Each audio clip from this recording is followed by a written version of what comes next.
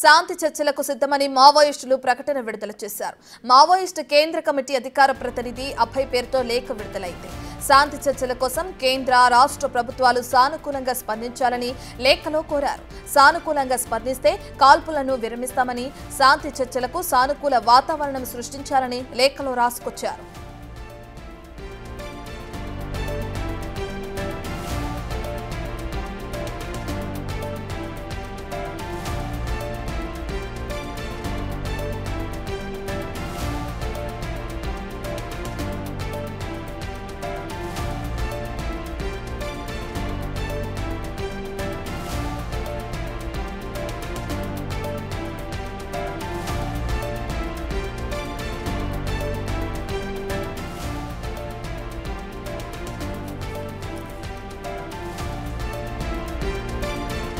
ఇక శాంతి చర్చలకు తాము సిద్ధమని చెప్పి కూడా మావోయిస్టులు ప్రకటన విడుదల చేశారు. దీనికి సంబంధించి అధికార ప్రతినిధి అభయ్ పేరుతో ఒక లేఖ విడుదలైంది. అసలు ఈ లేఖలో ఎటువంటి అంశాలు వారు కోరుతున్నారు, ఏ విధంగా శాంతి చర్చలు కొనసాగాలని వాళ్ళు డిమాండ్ చేస్తున్నారని డీటెయిల్స్ అందించడానికి associate input editor Nagesh live లో జాయిన్ అవుతున్నారు. రైట్ నగేష్, అసలు ఆ లేఖలో ఎటువంటి అంశాలు ఉన్నాయి?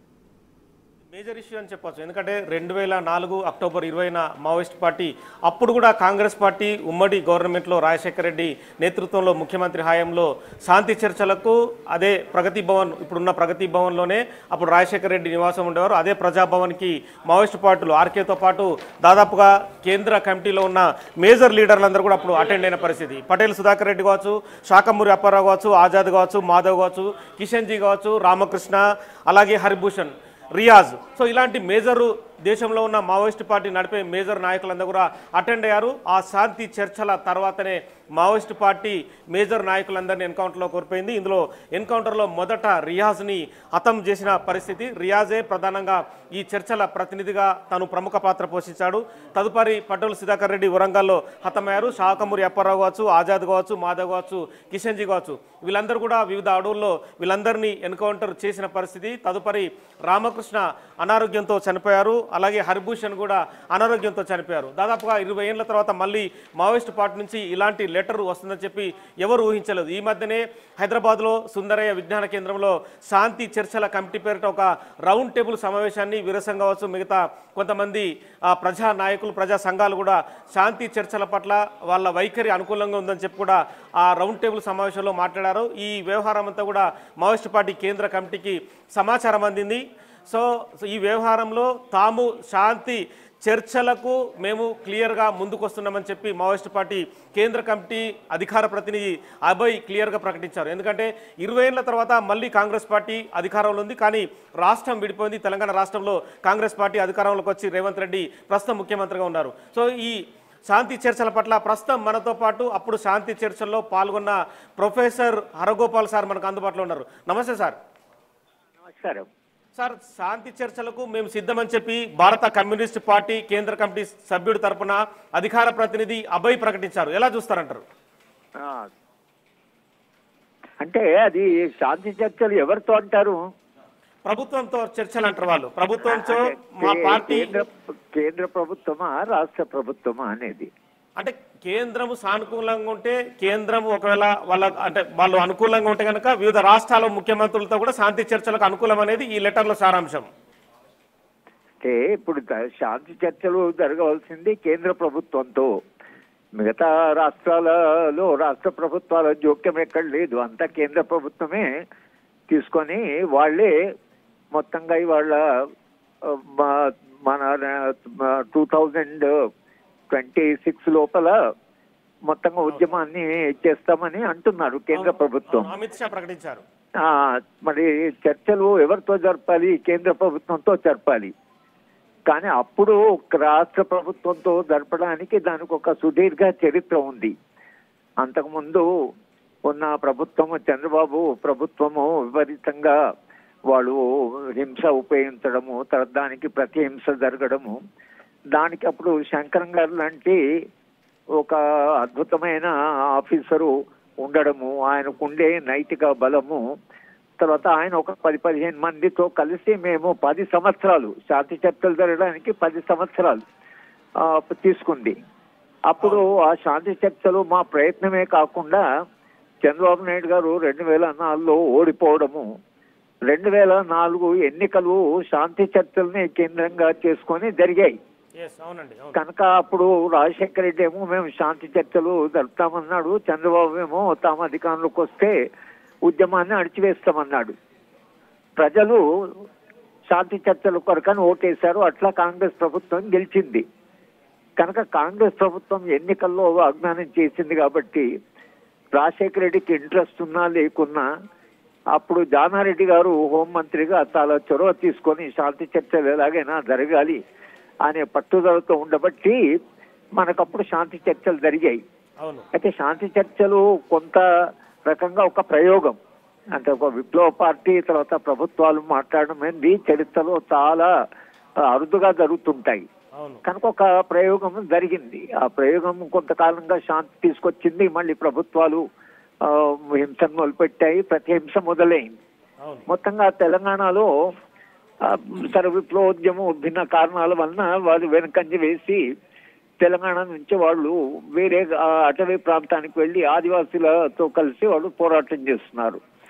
ఇవాళ నిజానికి ఉద్యమం అంతా ఆదివాసీ ప్రాంతాల్లోనే ఉంది. ముఖ్యంగా బస్తర్లో మీరు రోజునే చూస్తూనే ఉన్నారు. అది విపరీతంగా అక్కడ ప్రాణ నష్టం జరుగుతున్నది. కానీ పార్టీ నుంచి ఒక అంటే వాడు ఆహ్వానించదగ్గ మార్పే ఇది. అంటే పార్టీ మేము శాంతి చర్చలకు సిద్ధము అని అన్నప్పుడు, కానీ భారతీయ జనతా పార్టీ అంటే వాళ్ళు ఐడియాలజికల్ సిద్ధాంత పరంగానే వాళ్ళు చర్చలకు సానుకూలమని నేను అనుకోవడం లేదు. వాళ్ళు ఎప్పుడు ఆ మాట మాట్లాడలేదు. మేము శాంతి చర్చలు ఆంధ్రప్రదేశ్లో జరిపినప్పుడు కూడా భారతీయ జనతా పార్టీ ఉత్సాహంగా ఏం లేదు. వాళ్ళు చాలా ఇండిఫరెంట్ ఉన్నారు శాంతి చర్చల విషయంలో. కనుక శాంతి చర్చలు అనేవి ఎప్పుడు సాధ్యమవుతాయంటే అది కేంద్ర ప్రభుత్వము ఈ శాంతి చర్చలకు వీళ్ళు ఆఫర్ చేశారు కాబట్టి ఇది ఒక ప్రయత్నం మనం చేద్దాం అనేటువంటిది ఒకవేళ కేంద్ర ప్రభుత్వం జాబితాలో అది ఉన్నట్టుగా మనకు కనిపించడం లేదు. అంటే వాళ్ళ ఎజెండాలో లేదది. ఎందుకంటే భారతీయ జనతా పార్టీ ఐడియాలజికల్ గా ఈ మొత్తం ఉద్యమానికి వ్యతిరేకం. అది వాళ్ళు స్పష్టంగానే చెప్తున్నారు. కనుక ఆ శాంతి చర్చలో కావాల్సినటువంటి ఒక సౌర్భావ వాతావరణం ఉందా లేదా అనే ప్రశ్న ఉంది. కానీ ఇవాళ విప్లవ పార్టీ మేము శాంతి చర్చలకు సిద్ధమన్నప్పుడు మేము ఇప్పుడు కేంద్ర ప్రభుత్వం దానికి స్పందించాలి. మనం కేంద్ర ప్రభుత్వం ఎలా స్పందిస్తుందో చూద్దాం. మావోయిస్ట్ పార్టీ ఒకటి సార్, మావోయిస్ట్ పార్టీ ఇప్పుడు డౌన్ ఫాల్ లో ఉంది కాబట్టి శాంతి చర్చలకు ప్రతిపాదించారని అనుకోవచ్చా? మావోయిస్ట్ పార్టీలో ఇప్పటికే అగ్రనాయకత్వంతో కూడా కోల్పోయిన పరిస్థితి, ఆదివాసీల్ని నమ్ముకున్నారు, కానీ పూర్తిగా 400 మంది హతమయ్యారని చెప్పి వాళ్ళు లెటర్లో పేర్కొన్నారు. ఎలా చూడొచ్చు అంటారు? వాళ్ళు డౌన్ ఫాల్ లో ఉండి మళ్ళీ హైప్ చేసుకోవడం కోసం ఒక ప్రణాళిక అనుకోవచ్చా? ఇప్పుడు అది వాళ్ళ వ్యూహం ఏమిటనేది మనము చర్చించడం అనవసరం. ఎవరి కంక్లూజన్ వాళ్ళు డ్రా చేయొచ్చు కావచ్చు. వాళ్ళు ఇవాళ వెనకంజ వేశారు, దెబ్బతింటున్నారు కాబట్టి శాంతి చర్చలు సిద్ధమైనవచ్చు. అంటే శాంతి చర్చలు జరపడం అంటే ఏమిటి? ఒకవేళ వాళ్ళు అది ఆఫర్ చేస్తే ప్రాణ నష్టము జరగకూడదండి. మనం మనిషి ప్రాణాన్ని గౌరవించి మన ప్రతి ప్రాణం విలువైందే అని అనుకున్నప్పుడు, ఎందుకంటే అక్కడ చనిపోతున్న వాళ్ళల్లో ఈ సాయుధులైన వాళ్ళే కాకుండా సామాన్యమైనటువంటి ఆదివాసీలు కూడా చాలా మంది చనిపోతున్నారు. కనుక ఆదివాసీల యొక్క దృష్ట్యా ఆదివాసీలు నిరంతరంగా కాబట్టి వాళ్ళు శాంతి చర్చలకు ఆఫర్ చేసిండొచ్చు. కానీ వాళ్ళ ప్రభుత్వం ఆలోచించవలసింది కూడా అక్కడ ఉండేటువంటి అమాయక ఆదివాసీలు ఎవరైతే ఉన్నారో ఆదివాసీలకు కూడా ప్రాణ నష్టం జరుగుతుంది. కాబట్టి ఆదివాసులకు ప్రాణ నష్టం జరుగుతుందని ఒకవేళ కేంద్ర ప్రభుత్వం భావించి మానవీయంగా ఆలోచించి ఏదైనా ఒక మార్గం ద్వారా ఈ ప్రాణ నష్టాన్ని తగ్గిద్దామని కేంద్ర ప్రభుత్వం మానవీయంగా ఎక్కడైనా కొంచెమైనా ఆలోచిస్తే శాంతి చర్చలు అంటే వాళ్ళు వీళ్ళు కూర్చొని మాట్లాడడం కాదు, కానీ రెండు వైపుల నుంచి హింసను తగ్గించడము, ఆ బస్తర్లో జీవిస్తున్నటువంటి ఆదివాసులు శాంతియుతంగా వాళ్ళు జీవించడం, ఇది మన ఉద్దేశం. అయితే మీడియా కూడా దీన్ని అటు ఇటు కాకుండా ప్రాణ నష్టం లేకుండా మనం ఏం చేయగలం అనేది మీడియా ఒక ప్రజాభిప్రాయం సృష్టించగలిగితే మీరు కూడా ఒక పాజిటివ్ పాత్ర నిర్వహించినట్లయింది, ప్రాణాలను రక్షించినట్లు. అంటే అప్పుడంటే మధ్యవర్తిత్వం చేయడానికి మీలాంటి వారు, బాలగోపాల్ లాంటి వారు, గద్దరు, వరవరావు లాంటి చాలా మంది ప్రజా సంఘాలు, మేధావులు కూడా పాల్గొన్నారు. కానీ మధ్యవర్తిత్వం వహించడానికి ఇప్పుడు వ్యక్తుల ప్రమేయం కూడా ఖచ్చితంగా అవసరం ఉంటుంది. ఇప్పుడంటే దీనికి అంటే మధ్యవర్తిత్వమే అవసరం లేదు. ముందు కేంద్ర ప్రభుత్వం స్పందించి ఇది ఒకవేళ మేము శాంతి చర్చలు అంటే మా కండిషన్స్ ఇవని, వాళ్ళు ఏం కండిషన్ పెడతారో దానికి శాంతి చర్చలు లేకుండా ప్రభుత్వము ఉత్తర ప్రత్యుత్తరాల ద్వారా కొంత ఈ శాంతిని తీసుకురావడానికి అవకాశం, ఇంకొక ప్రయోగం, అది ఇంకొక రకమైన ప్రయోగం అవుతుంది అది. కనుక ఇది ఒక రెండవ ప్రయోగం ఒకవేళ భారతీయ జనతా పార్టీ చేస్తే దానికి కూడా ప్రజాస్వామ్య చరిత్రలో ఒక పేరు ఉంటుంది. భారతీయ జనతా పార్టీ కూడా శాంతి చర్చలు జరిపింది లేదా శాంతి చర్చల ద్వారా కొంత హింసను తగ్గించింది అనేటువంటి ఒకవేళ ఆ దిశగా ఆలోచిస్తే కేంద్ర ప్రభుత్వం సానుకూలంగా స్పందించాలని మాలాంటి వాళ్ళం మేము డిమాండ్ చేస్తాం. మనం మధ్యన ఉన్నాం కాబట్టి, శాంతిని కోరుకుంటున్న వాళ్ళం కాబట్టి, శాంతి ఏ మార్గం ద్వారా వచ్చినా మంచిదే కదా. అసలు అక్కడ ఉన్న అమాయకులైన ఆదివాసుల రోజు భయంలో బతకడం కంటే అంటే ఒక రకమైనటువంటి సెక్యూరిటీతో వాళ్ళు జీవించగలిగితే మంచిదే కదా. కనుక ఇది మనం ఆదివాసీలు దృష్టి నుంచి ఆలోచించాలి. ఇది విప్లవ పార్టీ కేంద్ర ప్రభుత్వమే కాకుండా అక్కడ జీవిస్తున్నటువంటి ఆదివాసీలు భయంగా బతుకుతున్నటువంటి సందర్భంలో ఒకవేళ వాళ్ళు భద్రతతో జీవించగలము, తర్వాత గౌరవంగా జీవించగలము, తర్వాత ప్రభుత్వం కూడా వాళ్ళకి ఇచ్చిన హక్కులు షెడ్యూల్ 5 కానీ, ఫారెస్ట్ రైట్స్ యాక్ట్ కానీ, పీసా కానీ, 1/70 కానీ, ఈ చట్టాలన్నీ గౌరవించి భారత రాజ్యాంగాన్ని గౌరవించి శాంతి చర్చలు జరిపితే మనం ప్రభుత్వాన్ని అభినందించవచ్చు. Okay sir, thank you sir. So మొత్తానికైతే శాంతి చర్చలకు కేంద్ర ప్రభుత్వం భారతీయ జనతా పార్టీ అంగీకరిస్తే కనుక ఖచ్చితంగా శాంతి చర్చలు ఇరువైపులా కూడా అంటే హింసను ప్రేరేపించే విధంగా రెండు వైపులా కాల్పుల విరమణ ప్రకటిస్తే బాగుంటుందని చెప్పి కూడా హరగోపాల్ ప్రొఫెసర్ చెప్తున్న పరిస్థితి. మొత్తానికైతే భారత కమ్యూనిస్ట్ పార్టీ కేంద్ర కమిటీ అయితే మధ్య భారత్లో జరుగుతున్న యుద్ధాన్ని వెంటనే ఆపాలని చెప్పి వాళ్ళు డిమాండ్ చేశారు. మార్చి 24న హైదరాబాద్లో ఏదైతే శాంతి చర్చల పేరుట ఒక అంశం రౌండ్ టేబుల్ సమావేశం జరిగింది. దానిపైన ఈ చర్చలు రావడంతో తాము కూడా శాంతి చర్చలకు అనుకూలంగా ఉన్నామని చెప్పి కూడా పార్టీ ప్రకటించిన పరిస్థితి. బస్తర్లో మోహించిన ఏదైతే కేంద్ర బలగాల్ని అక్కడి నుంచి వెంటనే ఉపసంహరించాలి, 15 నెలలుగా విప్లవ ఉద్యమం పైన ఆదివాసులపైన తీవ్రమైన హింస పెచ్చుమిరుతోంది. దాదాపుగా 400లకు పైగా మావోయిస్టు పార్టీ సంబంధించిన నేతలు కావచ్చు, సో కార్యకర్తలు కావచ్చు, వీళ్ళందరూ కూడా మృతి చెందారు, చాలామందిని హింసిస్తున్నారని చెప్పి వాళ్ళు ఆరోపించారు. ప్రస్తుతం ఫానీ ఉన్నారు, విరసం కమిటీ నేత ఉన్నారు. నమస్తే అండి ఫానీ గారు. సో ప్రకాష్ రెడ్డి గారు, సో ఇప్పుడు ఎలా చూస్తారు విరసంలో తరపున గతంలో వరవరరావు కానీ బాలగోపాల్ కానీ చాలా మంది, శంకరన్ కావచ్చు, చాలా మంది శాంతి చర్చలకు ప్రోద్బలంగా ముందుకెళ్లారు. మావోయిస్టు కేంద్ర కమిటీ ఇవాళ శాంతి చర్చలకు ప్రతిపాదించడం అనేది ఎలా చూస్తారు మీరు? పెద్ద పులి శాకాహారిగా మారాలనుకుంటుందనంటే చూస్తానండి. అంటే పెద్ద పులి అంటే మావోయిస్టు పార్టీ డౌన్ ఫాల్ లో ఉండి వెనుకడుగు వేసినట్ట? మావోయిస్టు పార్టీ వెనుకడుగు ముందడుగు ఇష్యూ కాదు. మావోయిస్టు పార్టీ రక్తానికి మరిగినటువంటి పార్టీ. నేను మళ్ళీ స్పష్టంగా చెప్తున్నా, వ్యవస్థలో సిద్ధాంతాన్ని వదిలిపెట్టి వ్యవస్థను మార్చాల్సినటువంటి వాళ్ళు వ్యక్తి నిర్మూలన పేరుతోటి, వర్గశత్రు నిర్మూలన పేరుతోటి వ్యక్తులను హత్య చేసినటువంటి హంతకులుగా నేను భావిస్తానండి, హంతకులుగా భావిస్తాను. అంటే ప్రొఫెసర్ హరగోపాల్ లాంటి మేధావులు ఏమంటున్నారంటే శాంతి చర్చల ప్రతిపాదన మంచిదే, రెండు వైపులా హింస అనేది ఉండకూడదు, భారతీయ జనతా పార్టీ కూడా ఆ రకంగా ముందడుగు వేయాలి, అందులో ప్రజలు కూడా తీవ్రంగా నష్టపోతున్నారు, చాలా మంది ప్రజలను హింసతో చంపేస్తున్నారని వాళ్ళు ఆరోపిస్తున్నారు. నేను ఒక మాట స్పష్టంగా చెప్తానండి, తుపాకీ గొట్టం ద్వారా రాజ్యాధికారం అనే పేరుతోటి తుపాకీ గొట్టాన్ని ఉపయోగించి రాజ్యాధికారం రాదనేటువంటి దాన్ని కంక్లూజన్ చెప్పకుండా, వాళ్ళు మేము తుపాకీ గొట్టాన్ని వదిలిపెడుతున్నామని చెప్పకుండా, మేము బ్యాలెట్ కోసం సిద్ధంగా ఉన్నాం, ప్రజా వ్యవస్థలో ప్రజాస్వామ్యబద్ధంగా ఓట్లకు మేము సిద్ధంగా ఉన్నాం, పోటీ చేస్తామనే స్థాయికి వాళ్ళు వచ్చినప్పుడే చర్చలకు అర్థం ఉంటుంది, చర్చలకు ప్రతిఫలం ఉంటుంది తప్ప మీరు పెట్టే కండిషన్స్, ఆ కండిషన్స్ లో ఆ సబ్ కండిషన్స్ ఇవన్నిటితో కాదండి. ప్రజాస్వామ్యబద్ధంగా ప్రజాస్వామ్య వ్యవస్థలో పార్లమెంటరీ డెమోక్రసీలో మేము ఎన్నికల్లో పోటీ చేస్తాం, ప్రజలను ఆకట్టుకుంటామని చెప్పడానికి ఏ పార్టీకైనా సిద్ధాంతం ఏదైనప్పుడు కూడా మావోయిస్ట్ సిద్ధాంతం, మాకు సిద్ధాంతం మాకు అనవసరం విషయం. కానీ డెమోక్రటిక్ ప్రాసెస్ అయితే ప్రజాస్వామ్య వ్యవస్థ ఉందో, ప్రజాస్వామ్య వ్యవస్థలో ప్రజల ఆమోదంతోనే అధికారంలోకి వచ్చేటువంటి విధంగా మీరు ప్రయత్నం చేస్తే అప్పుడు చర్చలకు అర్థం పరమార్థం తప్ప నేను తుపాకీ కొట్టడం ద్వారా రాజ్యాధికారం కోసం వస్తానని చెప్పేదానికి మళ్ళీ ఇంకా దాంట్లో మేము శాంతి చర్చలకు అనేదానికి అర్థమే లేదు. మీరు తుపాకీ పట్టుకొని శాంతి చర్చలు ఎట్లా జరుగుతాయండి?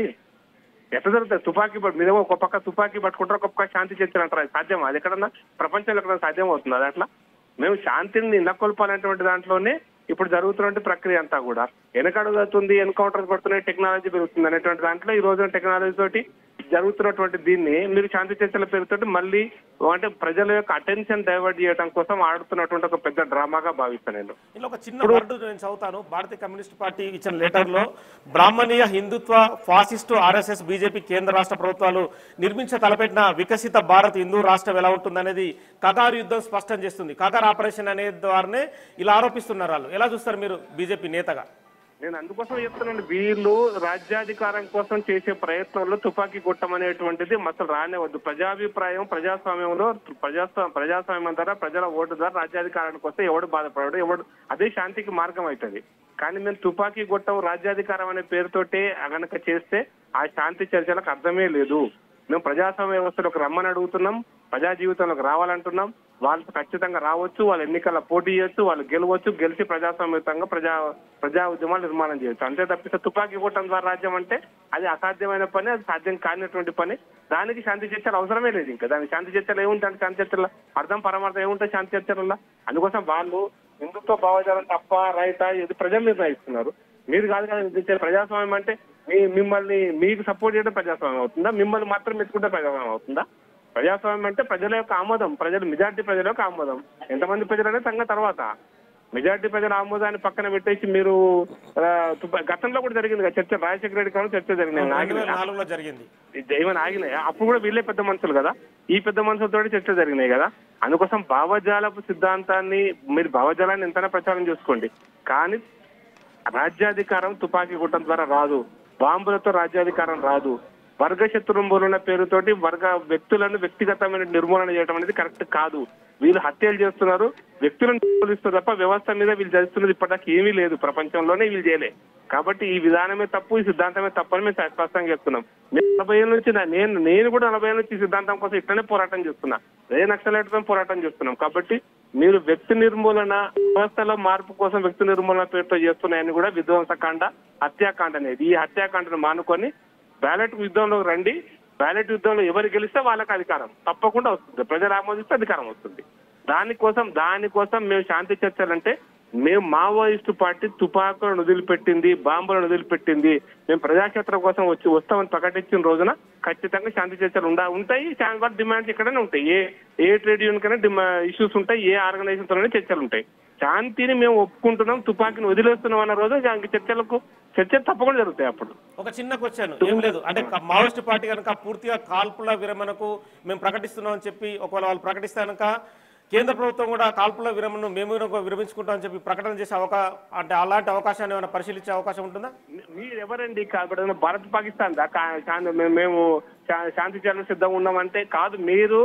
మేము కాల్పులకు విరమణకు సిద్ధం ఉన్నట్టు నువ్వెవడు కాల్చడానికి, అసలు చట్టాన్ని చేతిలో తీసుకోవడానికి నువ్వెవరు? మేము మావోయిస్ట్ సంస్థల యొక్క కార్యక్రమాలను మేము శాంతి భద్రతలుగానే చూస్తున్నాము ఈ రోజు వరకు. ఇది శాంతి భద్రతల సమస్య. మేము బ్యాలెట్ యుగంలోకి వస్తాము, బుల్లెట్ వదిలిపెడతాం అనుకున్నప్పుడు చర్చ. మేము బుల్లెట్ వదిలిపెడతాం, బ్యాలెట్కి వస్తాం అన్నప్పుడు తప్పకుండా చర్చ జరగాలి. బుల్లెట్ పట్టుకొని ఉంటాం కానీ మేమేదో శాంతి చర్చలు చేస్తాం, కొద్ది రోజులు కాల్పులు వస్తాం, ఏదైనా భారత్ పాకిస్తాన్ యుద్ధం ఇదేమన్నా? ఓకే అండి ప్రకాష్ రెడ్డి గారు. సో మొత్తానికైతే శాంతి చర్చలకు సంబంధించి భారతీయ జనతా పార్టీ కాదు, ఏదైతే వాళ్ళు బుల్లెట్ను వదిలిపెట్టాలి, బ్యాలెట్ ప్రపంచంలోకి రావాలని చెప్పి డిమాండ్ చేస్తున్నారు. ప్రస్తుతం విరసం నేత ఫానీ ప్రస్తుతం బిగ్ టీవీకి అందుబాటులో ఉన్నారు. నమస్తే అండి. నమస్కారం అండి. నమస్తే. సో శాంతి చర్చలకు భారత కమ్యూనిస్ట్ పార్టీ కేంద్ర కమిటీ నుంచి అబ్బాయి నుంచి లెటర్ వచ్చింది. శాంతి చర్చలకు మేము ముందుకు వచ్చామని చెప్పి వాళ్ళు దాదాపుగా 20 ఏళ్ల తర్వాత ప్రకటించారు. అవునండి. ఎలా చూస్తుంది? విరసం అనేది చాలా కీలకమైన పాత్ర పోషించింది. అప్పుడు చర్చల్లో కూడా మీ విరసం నేతలే దాదాపుగా మావోయిస్ట్ పార్టీని అటు ప్రభుత్వాన్ని కూడా అనుసంధానం చేశారు. అప్పుడైనా ఇప్పుడైనా శాంతి చర్చలకు ఒకే ప్రాతిపదిక ఉంటుంది. మావోయిస్ట్ పార్టీ ఆ విషయాన్ని తాజా ప్రకటనలో కూడా చాలా స్పష్టంగా చెప్పింది. ఈ రోజు కేంద్ర ప్రభుత్వం విప్లవోద్యమ ప్రాంతాల్లో, ముఖ్యంగా దండకారణ్య ప్రాంతాల్లో మోహరించిన సైనిక బలగాలను వెనక్కి తీసుకోవాలి. తర్వాత కొత్తగా పోలీస్ క్యాంపులు పెట్టడానికి వీల్లేదు. ఇప్పుడు గత ఏడాది నుంచి కొనసాగుతున్న ఆపరేషన్ కగార్ అనే ఒక హత్యాకాండ ఏదైతే ఉందో ఆ పేరుతో దండకారణ్యంలోని సాధారణ ఆదివాసుల్ని విచక్షణారహితంగా చంపేస్తున్నారు. ఆ హత్యాకాండ ఆపాలి. ఈ హత్యాకాండ ఆపకుండా సైనిక బలగాలను అక్కడి నుంచి వెనక్కి తీసుకోకుండా పోలీసు క్యాంపుల్ని ఆపకుండా శాంతి చర్చలు అనే వాటికి అవకాశం ఉండదు. కాబట్టి మావోయిస్ట్ పార్టీ ఈ రోజు ఇచ్చిన ప్రకటనలో ఏ విషయం అయితే ఉందో ఇది నిజానికి ఒక సూత్రబద్ధమైన వైఖరి. 20 ఏళ్ల కింద చర్చల సందర్భంలో కూడా అప్పుడు కూడా ఉమ్మడి ఆంధ్రప్రదేశ్ ప్రభుత్వం ముందు అప్పటి పీపుల్స్ వార్ ఇలాంటి ప్రతిపాదన పెట్టింది. ఇక్కడే కాదు, ప్రపంచంలో ఎక్కడైనా సరే విప్లవోద్యమాలకు ప్రభుత్వాలకు మధ్య చర్చలలో ఇట్లాంటి సూత్రబద్ధమైన వైఖరి ఒకటి ఉంటుంది. దాన్ని ప్రభుత్వం అంగీకరించగలగాలి. అంటే సూత్రబద్ధమైన వైఖరి అని ఒక మాట, సూత్రబద్ధమైన వైఖరి మీరు అంటున్నారు. కానీ భారతీయ జనతా పార్టీ బుల్లెట్ ద్వారా కాదు, బ్యాలెట్ ద్వారానే వాళ్ళు రావాలంటున్నారు. కానీ మావోయిస్ట్ పార్టీ కూడా అగ్రనాయకత్వాన్ని పూర్తిగా కోల్పోయింది. మావోయిస్ట్ పార్టీని పూర్తిగా నిర్వీర్యం చేస్తామని చెప్పి కేంద్ర ప్రభుత్వం ప్రకటించింది. అంటే మావోయిస్ట్ పార్టీ వెనుకడుగు వేయడం వల్లనే ఈ చర్చలకు ముందుకు వస్తుంది అనేది కొంత ఆరోపణ. ఎంత మాత్రం కాదు. ఇది మావోయిస్ట్ పార్టీ దెబ్బతినడం వల్ల, వెనకడుగు వేయడం వల్ల శాంతి చర్చలు కాదు. శాంతి చర్చలు సమాజానికి సంబంధించిన సూత్రబద్ధమైన వైఖరి. ఎందుకంటే నిజానికి ఈ రోజు వాళ్ళు ఇచ్చిన ప్రకటనలో ఒక అమానుషమైన హత్యాకాండ కొనసాగుతుంది. ఈ దేశంలో రాజ్యాంగం ఒకటి ఉన్నది, చట్టబద్ధ పాలన కొనసాగవలసి ఉన్నది. సరిహద్దుల్లో ఉన్నటువంటి సైనిక బలగాలు దండకారణ్యంలోని గ్రామాలలోకి, అడవుల్లోకి వచ్చుకొస్తున్నాయి. అక్కడ వందలాది మందిని చంపేస్తూ ఉన్నాయి. ఇది ప్రజాస్వామ్యానికి, చట్టబద్ధ పాలనకు వ్యతిరేకమైన విషయం, మానవత్వానికి వ్యతిరేకమైన విషయం. కాబట్టి దీన్ని మీరు ఈ సమస్యను డీల్ చేయదలుచుకుంటే ఈ సమస్యకు పరిష్కారం, ఎందుకంటే గత 10 రోజుల కిందట హైదరాబాద్ లో ప్రజాస్వామికవాదులు ఈ యుద్ధ వాతావరణాన్ని నివారించడం కోసం, శాంతి చర్చల కోసం ప్రతిపాదనని వాళ్ళు ఒక ప్రయత్నం చేశారు. ఆ ప్రయత్నాన్ని మావోయిస్ట్ పార్టీ స్వాగతిస్తూ సమాజం అంతా కూడా అలాంటి శాంతి చర్చలు కోరుకునే వాళ్ళు కానీ, సమాజంలోని ప్రజాస్వామికవాదులు కానీ, రచయితలు కానీ చర్చించవలసిన అంశం ఏమిటి అంటే, ఏ మరణకాండ అయితే కొనసాగుతుందో అది ఆగకుండా, దానికి సంబంధించిన సైనిక బలగాలు వెనక్కి తీసుకోకుండా, ఆపరేషన్ సగార్ని ఆపకుండా శాంతి చర్చలు అనేవి సాధ్యం కాని విషయము. ఎందుకంటే శాంతి స్థాపనే లక్ష్యమైనప్పుడు శాంతికి భంగం కలిగిస్తూ ఉన్నది భారత ప్రభుత్వం సైనిక బలగాలు శాంతికి భంగం కలిగిస్తున్నాయి.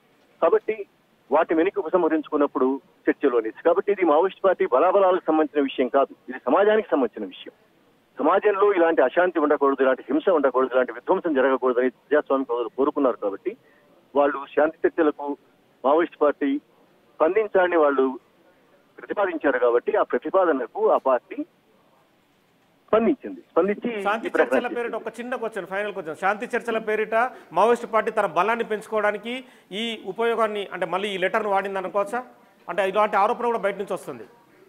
ఇది ఆరోపణ అవుతుంది. మీరే అన్నారు కదా ఆరోపణ అవుతుంది. ఎందుకు అవుతుంది అంటే, నిజానికి శాంతి చర్చల గురించిన ఆలోచన కొద్దిమంది ప్రజాస్వామికవాదులు చేశారు. వాళ్ళ పట్ల గౌరవంతో, ఎందుకంటే మావోయిస్ట్ పార్టీకి కానీ ఏ ప్రజా ఉద్యమాలకైనా కూడా, ఉద్యమకారులకైనా కూడా సమాజంలో ప్రజాస్వామికవాదుల పట్ల, వాళ్ళ అభిప్రాయాల పట్ల, వాళ్ళ ప్రతిపాదన పట్ల గౌరవం ఒకటి ఉంటుంది. ఎందుకంటే వాళ్ళు సమాజపు కన్సర్న్ తో మాట్లాడతారు కాబట్టి, సమాజం బాగుండాలి, సమాజంలో శాంతి ఉండాలి, సంక్షేమం ఉండాలని కోరుకుంటారు. కాబట్టి వాళ్ళ ఆలోచనను గౌరవిస్తూ గతంలో చేసిన పని, కొత్త పని కూడా కాదు ఇది. నిజానికి 20 ఏళ్ల కింద ఆ రోజున్నటువంటి సిసిసి వాళ్ళు ఇలాంటి ప్రతిపాదన పెట్టినప్పుడు వెంటనే అప్పటి పీపుల్స్ వార్ ఎట్లాగైతే స్పందించిందో, ఇప్పుడు కూడా అదే పద్ధతిలో మావోయిస్ట్ పార్టీ స్పందించింది. అంతేగాని మావోయిస్ట్ పార్టీ బలహీనపడి కాదు, లేదా మీరు అన్నట్టు బలపడడానికి కూడా కాదు. అసలు మావోయిస్ట్ పార్టీ బలాబలాలకు సంబంధించిన విషయంగా దీన్ని చూస్తారా, సమాజానికి సంబంధించిన విషయంగా చూస్తారా, రాజ్యాంగానికి సంబంధించిన విషయంగా చూస్తారా, లేకుంటే ఇది హింసకు సంబంధించిన విషయంగా చూస్తారా మీరు దీన్ని? ఇది ఈ రోజు మేము సమాజాన్ని అడుగుతున్నది, సమాజంలో ఉండే రాజకీయ శక్తుల్ని. ఎందుకంటే కేంద్రంలో బీజేపీ ఉన్నది. బీజేపీ నిజానికి అన్ని రాజకీయ పార్టీలను ఆధీనంలోకి తెచ్చుకుని ప్రభుత్వాలన్నింటినీ కూడా నడిపిస్తూ ఉన్నది. కాబట్టి ఈ సందర్భంలో రాజ్యాంగబద్ధంగా ఎన్నికల ద్వారా మేము ప్రభుత్వంలోకి వచ్చామని చెప్పుకున్న ఏ పార్టీ అయినా సరే ప్రజల మీద జరుగుతున్న ఈ యుద్ధం ఏమిటి అనే విషయం ఆలోచిస్తారా లేదా అనేది ముఖ్యమైనది. అది ఆలోచించకుండా ఇది మావోయిస్ట్ పార్టీ బలాబలాలకు సంబంధించిన విషయంగా చూడడానికి వీల్లేదు. ఓకే అండి, థ్యాంక్ యూ. సో మొత్తానికైతే మావోయిస్ట్ పార్టీ బలాబలాలకు సంబంధించిన అంశం కాదు, రిక్రూట్మెంట్కు సంబంధించిన అంశం కూడా కాదు. శాంతి చర్చలు అనేది కేవలం హింసను వైదొలగించడానికి, అటు ప్రజలు చనిపోకుండా, ఇటు భద్రతా బలగాలు చనిపోకుండా, హింసను ప్రేరేపించే విధంగా ఉండకుండా శాంతి చర్చలు అనేది ఉండాలని చెప్పి విరసం అంటోంది. భారతీయ జనతా పార్టీ కూడా బుల్లెట్ను వదలాలి, మావోయిస్ట్ పార్టీ తుపాకీ వదిలితేనే, బ్యాలెట్కి వస్తేనే ఖచ్చితంగా శాంతి చర్చలు అనేది పెట్టాల్సిన అవసరం లేదు. వాళ్ళు డైరెక్ట్గా బ్యాలెట్ ప్రపంచంలోకి వచ్చి వాళ్ళు కూడా బ్యాలెట్ ప్రపంచంలో పోటీ చేయొచ్చు, సమాజంలో ఉండొచ్చు అని చెప్పి కూడా బీజేపీ పార్టీ చెబుతుంది. మొత్తానికైతే ఈ విరుద్ధమైన ప్రకటనల మధ్య అభయ్ లెటర్ని కేంద్ర బీజేపీ ప్రభుత్వం, అమిత్ షా ఎలాంటి ప్రకటన చేస్తారని కూడా తర్వాత చూడాల్సిన అవసరం ఉంది. Right, thank you Nagesh.